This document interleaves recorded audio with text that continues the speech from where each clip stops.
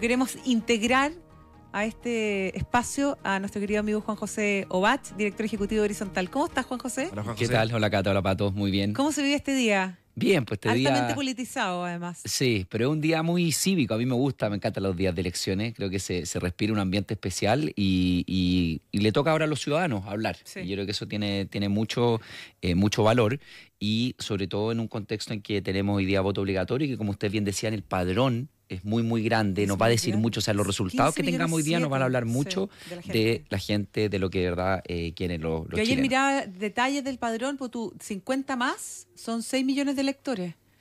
Pero en el rango de los nuevos hay 2,5 millones de jóvenes. Que no conocemos. Que no conocemos qué piensan. O sea, es increíble. Increíble. Sí. Oye, en términos, tú dices, la ciudadanía va a hablar hoy día en la tarde, hoy día durante el día, y vamos a conocer lo que dice en la tarde. ¿Cómo interpretar? ¿Cuáles son los parámetros ex ante que tú podrías comentar ahora de cómo evaluar una elección? Independiente, como analista te lo pregunto, no como miembro de un comando. ¿Qué sería una buena elección para un candidato? ¿Qué sería una buena elección para el sector de la derecha y centro-derecha? Es buena la pregunta, Pato. A ver, lo primero, aquí hay dos frentes claros. Lo primero va a ser la elección presidencial, donde la derecha va muy desarticulada, por decirlo de alguna manera. Va con muchos candidatos. Muchos han dicho que esto es como una primaria de derecha. Entonces yo creo que ahí se difumina un poco el voto de derecha o dicho de otra manera, se muestran las distintas derechas que hoy en día están en juego. Y por el lado del Congreso, va a ser súper interesante que lo pase. Yo creo que en el Senado no se va a mover mucho. Hoy día Chile Vamos la derecha, tiene 27 senadores. Eso va a rondar... De 50. De 50, sí. O sea, se va a mantener. Se va a mantener probablemente. Quizás va a ver qué pasa, tenemos que ver qué pasa bien en la quinta región. Ahí hay una disputa bien interesante, en Atacama también. Y yo creo que en la Cámara de Diputados va a ser súper interesante porque las proyecciones hablan de un aumento significativo de la derecha. En particular, la empresa Holster ha estimado que la derecha puede llegar a obtener 86 escaños. Sí. 85, 86, por ahí. Ya, está. o sea, tú para mayoría, para quórum calificado necesitas 29. De senadores, 4 sí. céntimos, 29. Y tú dices que se va a mantener por ahí 27. Ya, pero ¿importa si es 27 o 28? O sea, o 29. Tal cual. Por eso estas regiones clave, yo creo que es importante mirar Atacama, importante mirar Valparaíso, y eso, yo creo que bueno, y obviamente la elección presidencial es como la madre de todas las batallas, y ahí bueno, un poco todas las encuestas están más o menos similares, pero no olvidemos que hay 5 millones de electores hoy en día que se incorporan a esta elección que no los conocemos, no han votado en una elección presidencial, por decirlo de alguna manera. Entonces, y ahí hay muchos jóvenes muchos jóvenes, pero también mucha gente entre 30 y 40 años, si los podemos denominar jóvenes. Sí, igual. Igual. Okay. Le subimos un poquito la vara. Sí. Mujeres también.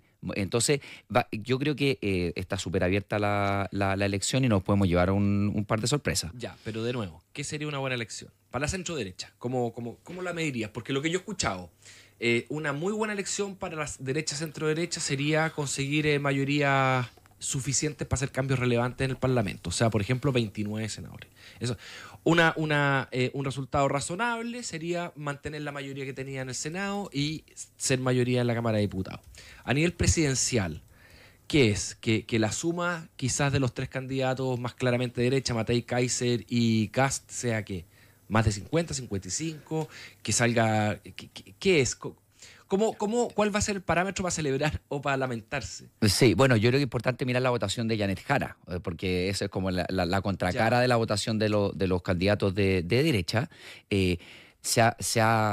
Durante la campaña, y se ha visto también, viene 1-1 con el apoyo que tiene el presidente Boric, que no pasa el 30%. O sea, yo creo que Janet Jara va a llegar en torno al 25, 28, quizás por ahí. ¿Y más? ¿Cómo podría ser interpretado? Bueno, más, efectivamente, quizás puede ser que hay un bolsón de votos de centro-izquierda que no se atreve un poco a cruzar el charco y se queda en una opción más de izquierda, más tradicional. Eso no lo sabemos, por ejemplo, porque también recordemos que en la primaria de la izquierda, el socialismo democrático, la centro-izquierda sacó muy pocos votos. Carolina Toa, ¿cuánto sacó? 300.000 votos, algo así. Muy bajo. Entonces, mi impresión es que si Janet Jara se queda en los 25, a lo más 28 ya. Por sobre eso se podría quizás hablar de que pucha, el resultado para las derechas no es tan bueno. Claro. Y luego después ya dentro de las derechas hemos visto que hay mucha dispersión y están todos más o menos cerca. Entonces, ¿Usted ha participado activamente en el comando de Matei? Desde lo programático, así es. Desde lo programático. Va a estar hoy día siguiendo también, me imagino, las votaciones desde ese lugar. Sí, sin duda, en la tarde, tipo 5 de la tarde. A mí me va a tocar reportear allá, así que te voy a llamar. Oye, sí, es que es bien importante saber un poco que justamente del comando de Matei es lo que menos se ha sabido. Si ella eventualmente no logra pasar a la segunda vuelta, ¿qué va a hacer? O sea, el plan B de los comandos a esta altura ya está bien definido. ¿En el caso de Matei es así? Mira, bueno, como yo te decía, Cata, yo he trabajado harto desde lo programático. Entonces, no lo político. Claro, no es lo más estratégico, pero sí yo creo que la candidata ayer fue súper clara en decir que ella tiene una trayectoria en política conocida por todos. Ella es una política derecha y jamás le endosaría su voto a alguien de izquierda. Entonces, quedará a ver cuál es finalmente... no quiero decir la foto, cuál es la figura que va a pasar en la tarde, pero bueno, eso es parte de Kaiser dijo que tampoco ibas a aparecer en ningún balcón, digamos. O sea, si es que hay alguien que pasará a la segunda vuelta de esta derecha, se lleva también los honores y el resto tendrá que ser invitado. Sí, sin duda. O sea, yo creo que aquí lo importante, como las derechas van con tantos candidatos, lo importante es el día después ver cómo se articula esa coordinación y cómo al final los comandos, que no pasan a segunda vuelta, son capaces de imprimir su idea y sus propuestas en la candidatura que va a representar a las derechas en la segunda vuelta. Ya, eso te quería preguntar, porque para juntar a los dos perdedores con el ganador o ganadora, vamos a tener que fusionar programas. ¿Qué tan cercanos o lejanos sientes que están los tres programas de los candidatos presidenciales de la derecha, en particular en temas económicos? Hay similitudes, Pato, hay similitudes, por lo menos en hacia dónde debemos movernos. Debemos movernos hacia, todos hemos visto, medidas concretas para reactivar nuestra economía. Llevamos mucho tiempo con un estancamiento económico. Necesitamos tener un Estado más ágil, más socio de los privados para elaborar proyectos, no menos. Necesitamos ordenar las finanzas públicas. Yo creo que todos esos objetivos son compartidos. Ahora el tema es el cómo. Y ahí obviamente van a haber líneas rojas, pero yo tengo fe de que si se pone por delante lo que necesita el país, las distintas candidaturas y los distintos equipos programáticos van a ser capaces de dejar ideas que muchas veces pueden ser líneas rojas para los otros, y algunas ideas que sabemos que en elecciones funcionan muy bien, pero después con guitarra es distinto. Sí. Oye, está votando hasta ahora José Antonio Cast en la comuna de Paine y Johannes Kaiser también de manera simultánea también está emitiendo su sufragio acá en la región metropolitana, así es que tenemos por supuesto cobertura especial a propósito de todo lo que genera la llegada de estos candidatos que han concentrado también la atención mediática en los últimos días. ¿Cómo calificas la campaña, Juan José? ¿Cómo has visto la campaña en los últimos meses?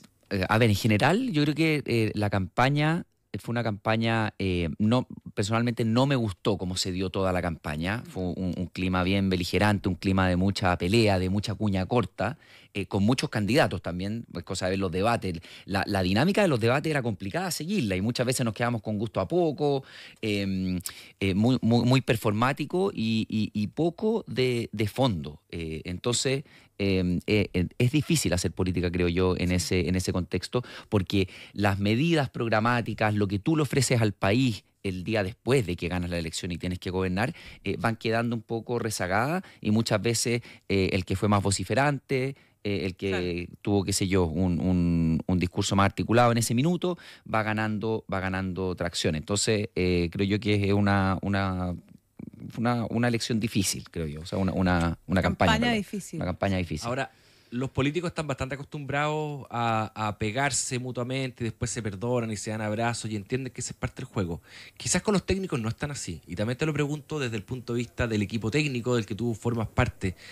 Si se sienten dolidos por algunos comentarios de otras campañas, y si se sienten lo suficientemente dolidos a nivel técnico como para no integrarse, porque si uno es más bien técnico que político, tiene más derecho a elegir, digamos, los políticos están más obligados, ¿no?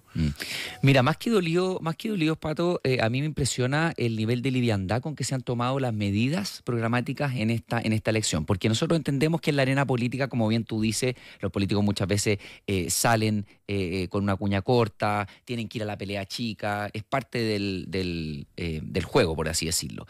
Pero en lo programático, a mí me impresionó muchas veces la liviandad y la irresponsabilidad con que se pusieron propuestas sobre la mesa. Números descuadrados. El mismo programa de Janet Jara tiene 383 medidas. O sea, dime tú, ¿qué gobierno puede implementar 383 medidas si con suerte hoy en día somos capaces de pasar 2, 3, 4, con suerte, reformas importantes? Se habla por el lado de la derecha de recortes fiscales que realmente, o sea, no tienen razón de ser. El mismo programa de Kaiser decía, nos vamos a quedar, el asesor económico, nos vamos a quedar con 8 o 9 ministerios y con eso vamos a ahorrar alrededor de 8.000, 9.000 millones de dólares. Y uno empieza a mirar el número y dice, pero por favor, ¿qué estamos diciendo? Entonces, eso creo yo que faltó ahí un sentido de responsabilidad y son los cuadros técnicos, muchas veces la gente que ha tenido experiencia en los gobiernos la que entrega esa seriedad. Y hoy día... Es que por eso te lo pregunto tan categóricamente, porque a nivel económico, los cuadros técnicos están sin duda totalmente inclinados al equipo de Elís Matei. O sea, la gran mayoría de los profesionales con experiencia y con reconocimiento están en ese equipo. Hay mucha gente que está dando por sentado de que buena parte de esos se sumarían a otro candidato, a Kast o a Kaiser. Yo no lo encuentro tan obvio. No es tan obvio, y por eso es importante las conversaciones, las coordinaciones y las negociaciones que se den ahí. O sea, yo creo que sí, efectivamente, deberían haber ciertas líneas rojas. También porque estamos, o sea, hablando de gobernar un país. Si muchas veces nos olvidamos de esto, nos quedamos con la elección, quién dice la mejor cuña para ganar la elección, pero aquí lo importante es qué va a pasar el 11 de marzo del 2026, cuando es cosa de preguntarle a este gobierno nomás, cómo chocó contra esa realidad. Entonces, efectivamente, sí, yo creo que va a haber una negociación importante y es bueno que se dé, Pato, es bueno que se dé y que se marque en esa línea roja, porque como... Chile se va a ver más favorecido en la medida de que la candidatura de derecha en segunda vuelta muestre un programa sólido, responsable y con buenos técnicos. ¿Cuál sería un escenario disruptivo, Juan José, en una segunda vuelta? Bueno, yo creo que todo ahí concordaremos que si Johannes Kaiser llega a pasar la segunda vuelta, eso sería súper disruptivo porque, bueno, como todos sabemos, hace meses no marcaba como marcaba hoy día. Es un candidato que se mostraba como lejos el más extremo de todos. Sus propuestas son las más extremas. No tiene un partido sólido detrás, como sí lo tiene Chile Vamos, eventualmente republicanos también. Entonces, sin duda, esa sería la gran disrupción. ¿Te queda esperanza todavía de que Elís Matei pueda pasar a segunda vuelta? Algunos le dicen el espiral del silencio, el voto útil. La calle, dice. Tiene muy buena calle. Eso no lo había escuchado, la espiral del silencio. Sí, claro, sin duda. O sea, la esperanza, la fe es lo último que se pierde. Y efectivamente aquí, o sea, si ponemos los números sobre la mesa, de 8 millones de votantes vamos a pasar a 13. Hay 5 millones de votantes que probablemente son los más moderados, probablemente no son los que levantan el teléfono cuando llega la encuesta telefónica, porque son más apolíticos en cierta medida. Y yo espero que prime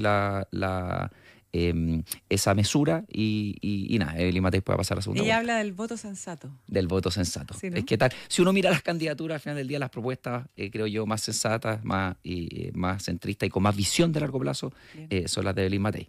Bien.